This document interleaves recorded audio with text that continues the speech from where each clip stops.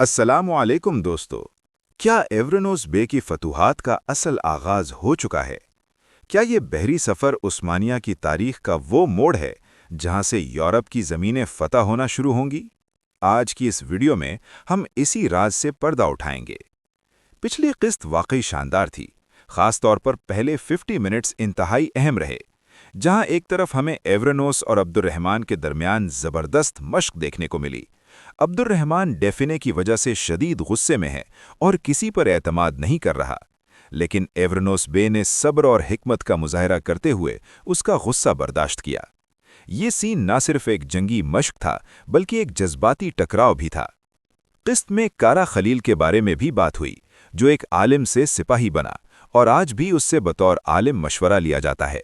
ये इशारा मिल रहा है कि आने वाली अक़सात में कारा खलील का बेटा भी सीरीज में शामिल हो सकता है, जो कि कहानी में एक नया मोड़ ला सकता है। अब आते हैं असल सवाल की तरफ। क्या ये बहरी जहाज़ एवरेनोस की पहली फतह का इनाम है, या ये फतूहात के एक नए दौर की शुरुआत है? दोस्तों, ये सिर्फ एक जहाज़ नहीं, बल्कि एक नई तारीख की बुनियाद है। ये वो पहला कदम है जिस तरह किसी अजीम इमारत की पहली ईंट रखी जाती है। एवरेनोस बे अब समुंदर के रास्ते यूरोप, खासतौर पर बाल्कन स्टेट्स की तरफ बढ़ रहा है। ये बहरी एक्सपीडिशन उस्मानिया के लिए नए रास्ते खोलेगी, जहां से न सिर्फ फतूहात होंगी बल्कि सल्तनत का असर और रसूख भी बढ़ेगा। एवरेनोस बे अब सिर्फ एक कमांडर नहीं रहेगा, बल्कि समुंदर का सुल्तान बनने जा रहा है।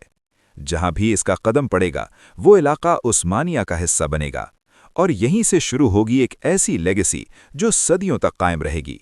और इसीलिए फातिमा ने कहा कि ये जो आज है, ये हमारे रोशन मुस्तकबिल की ज़मानत है। आप क्या समझते हैं? क्या एवरेनोस वाकई उस्मानिया का सबसे बड़ा फातेह बनने जा रहा है? कमेंट में अपनी राय ज़रूर दें। वीडियो पसंद आए तो लाइक करें और चैनल को सब्सक्राइब करना ना भूलें। अल्लाह हाफ़िज़।